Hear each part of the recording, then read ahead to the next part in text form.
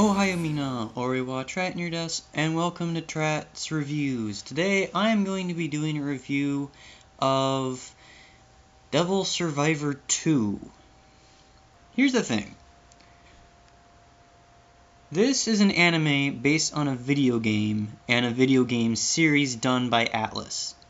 Okay, if you've seen that large playlist that takes up like 2/3 of my videos thus far, you know what Atlus is. If you've not, then I'll go ahead and inform you anyways. So Atlus is a gaming company that makes a tonload of JRPGs, and most of them are all cult hits. What I mean by cult hits is that it's really popular within the niche that it's aimed at, but otherwise not a whole lot of people are entirely familiar with it. Devil Survivor 2 is a part of the Shin Megami Tensei series. And essentially how that works is that there are moral choices that need to be made. There's a lot of plot that happens, and you have choices, and you fight with demons and you fight against demons. So think of it like a more political version of Inuyasha, I guess, with more violence and mature themes. So Devil Survivor is a branch of Shin Megami Tensei where you have it's more of a strategy turn-based RPG, and I'm still working on the first one. I'm still working on Devil Survivor 1. There's a Devil Survivor Overclocked, which is supposed to have more stuff, but it's basically the same as Devil Survivor 1 with extra stuff in it. So I don't plan on playing it. And then there's Devil Survivor 2, and then like Soul Hackers and a couple others. There's a good chunk of them. I don't have the time because all of the Shin Megami Tensei series takes a good while to complete. But Devil Survivor 2 doesn't really happen after any of the previous Devil Survivors. Like every single Shin Megami... Okay. All of the Devil Survivors pretty much happen within its own universe as far as I can tell. As I just said, though, I haven't completed any of them because they take so long to do, and I'm getting close to finishing the first, but that's still not the same as actually finishing it.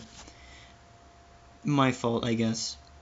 Something you're going to notice in this review is that I'm going to talk a lot about the video game series, as well as the anime, because of the fact that they're like this.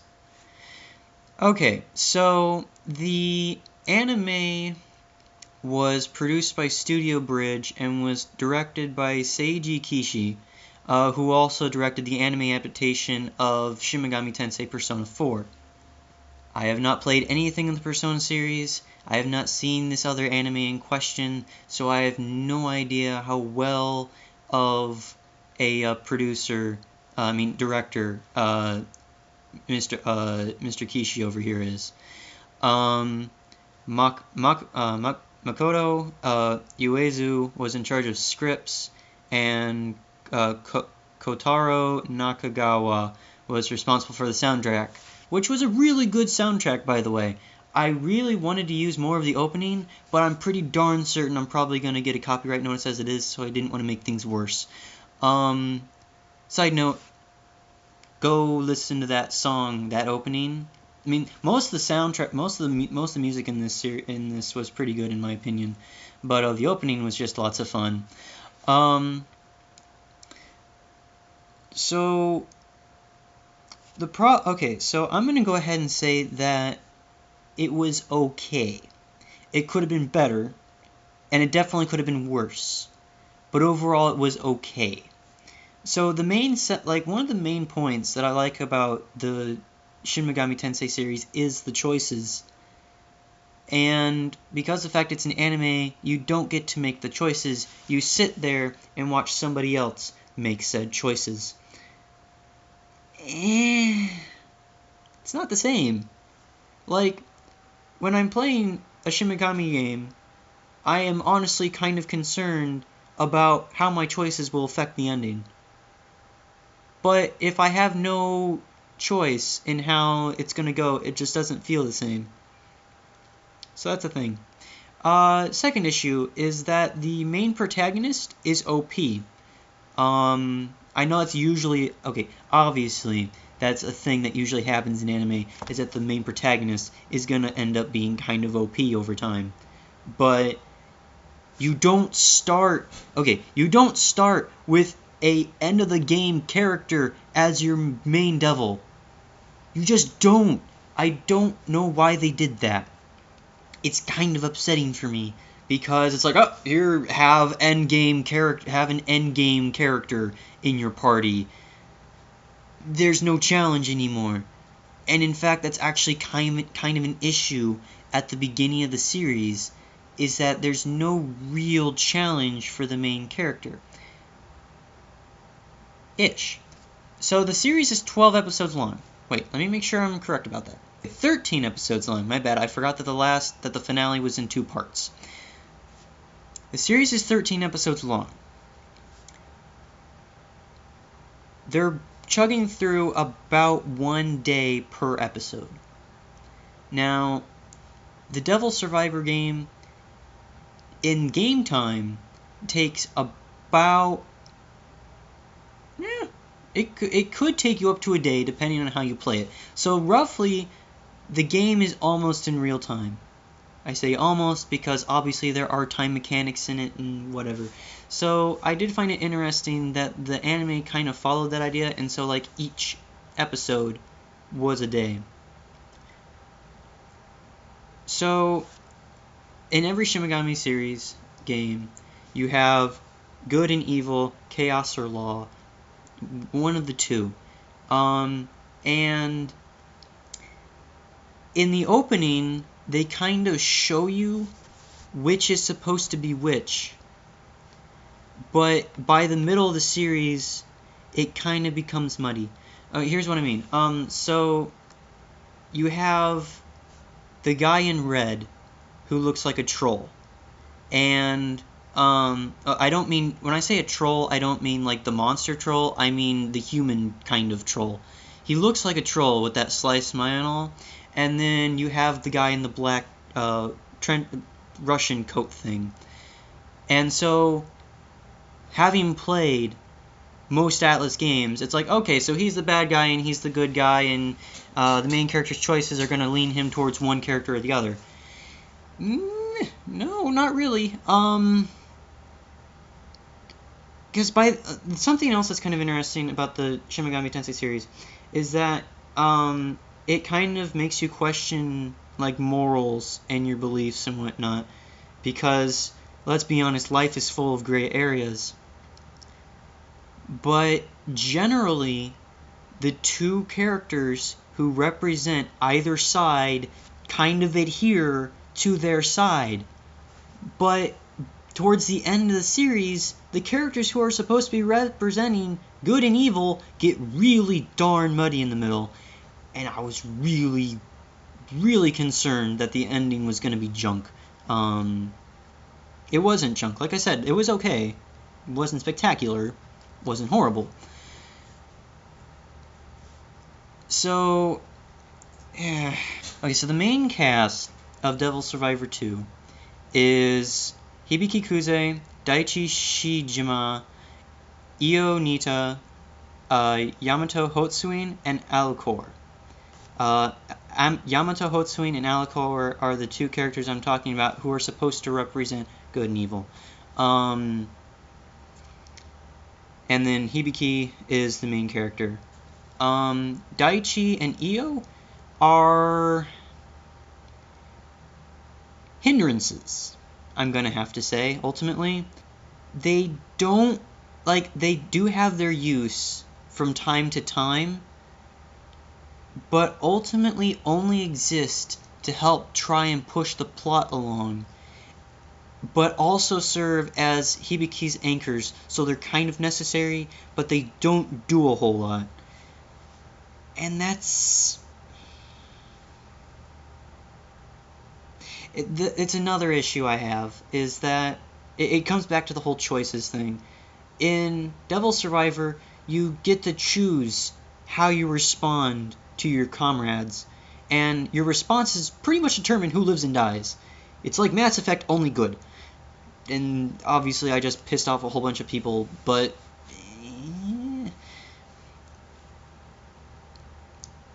there was, again, without having choices, it's just me sitting there and watching things play out.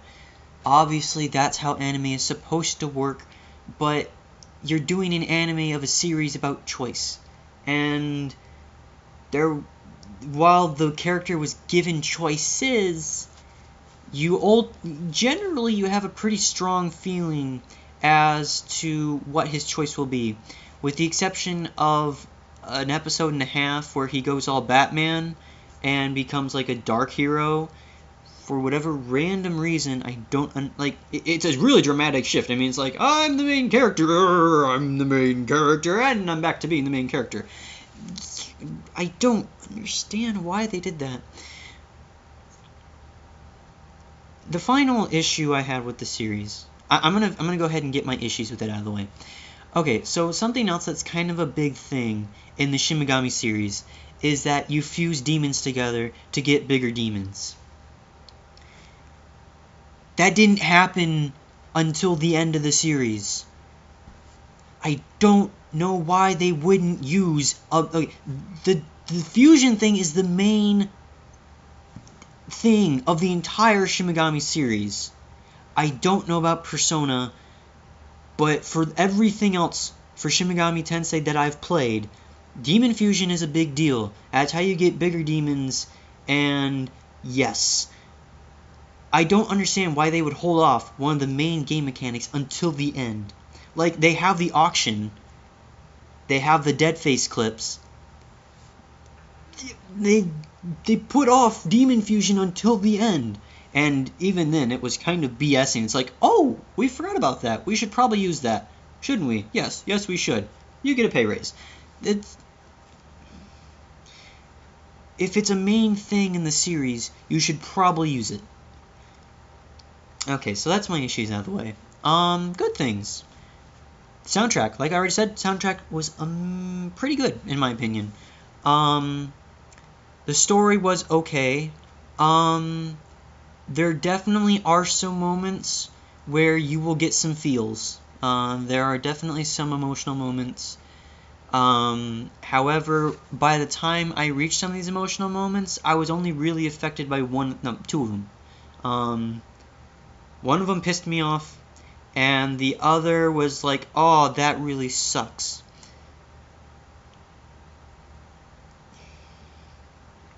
The ending, okay, so my two favorite things, character development and the ending / plot. Character development, there is some character development. I'm not going to say there isn't. The main cast does do the traditional Shin Megami thing where they question themselves and what they really want to make of themselves in life.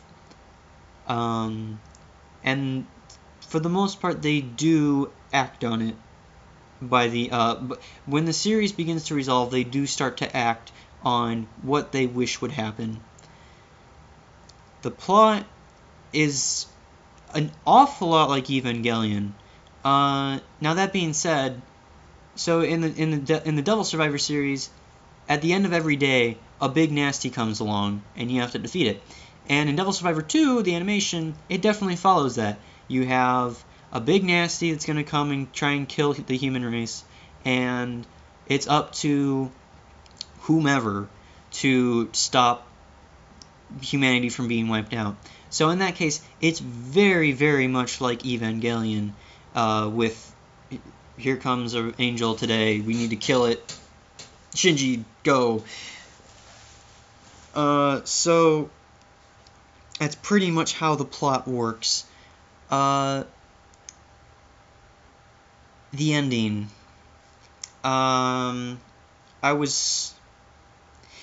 It turned out pretty much as I expected. The ending should not surprise you, because it shouldn't surprise you. It's very strongly hinted at, before it happens. Now, I'm not saying that the series gives away the ending, but the ending is not a surprise, and the ending is kind of good, for how things could have gone. So, yes. Okay, so giving it my rating system between 1 and 10, 1 being don't even consider looking at it, and 10 being this is amazing, and darn right near perfect. I'm going to have to give it, sadly enough, a 6. No, I'll give it a 7. I'll give it a 7. It wasn't bad, considering the length, but it wasn't spectacular, and I think if you've played any of the Shin Megami series, it definitely is a stronger incentive to watch the animation, but at the same time, if you haven't seen it, if you haven't played any of the Shin Megami games, you're probably not going to be interested in Devil Survivor 2. Also, because of the fact that the animation is called Devil Survivor 2, the animation, that kind of would probably put off most people, I imagine. It's like Shrek 3. I haven't seen Shrek 1 and 2. I'm not going to watch Shrek 3. That's kind of how I think most people would probably interpret it as Devil Survivor 2. I'm not going to watch this because I haven't seen Devil Survivor 1. Well, too bad for you. There is no Devil Survivor 1. It is literally just Devil Survivor 2, the animation. So, that being said, if you have not seen a Shin Megami game, if you haven't seen a Shin Megami, if you have not played a Shin Megami game, and you like Devil Survivor, or if you think it's okay, then I would strongly suggest you actually play a Shin Megami game. In my opinion, it's just good. There's no way around it. The Shin Megami games, in my opinion, are pretty darn good. Now, granted, I'm an RPG player, so there is some grinding involved. So if you have no patience at all, then it's gonna not be a game for you. But if you like seeing humanity being put to the test, and then questioning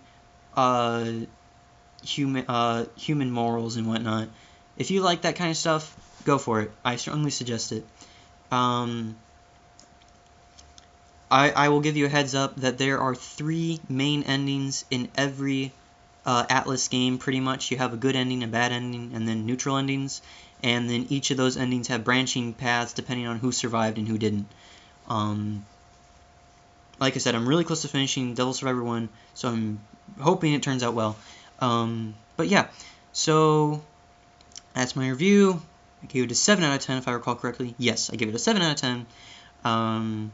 You can go to Crunchyroll to watch it for free, legally, and yeah. So until next time, guys, Jana.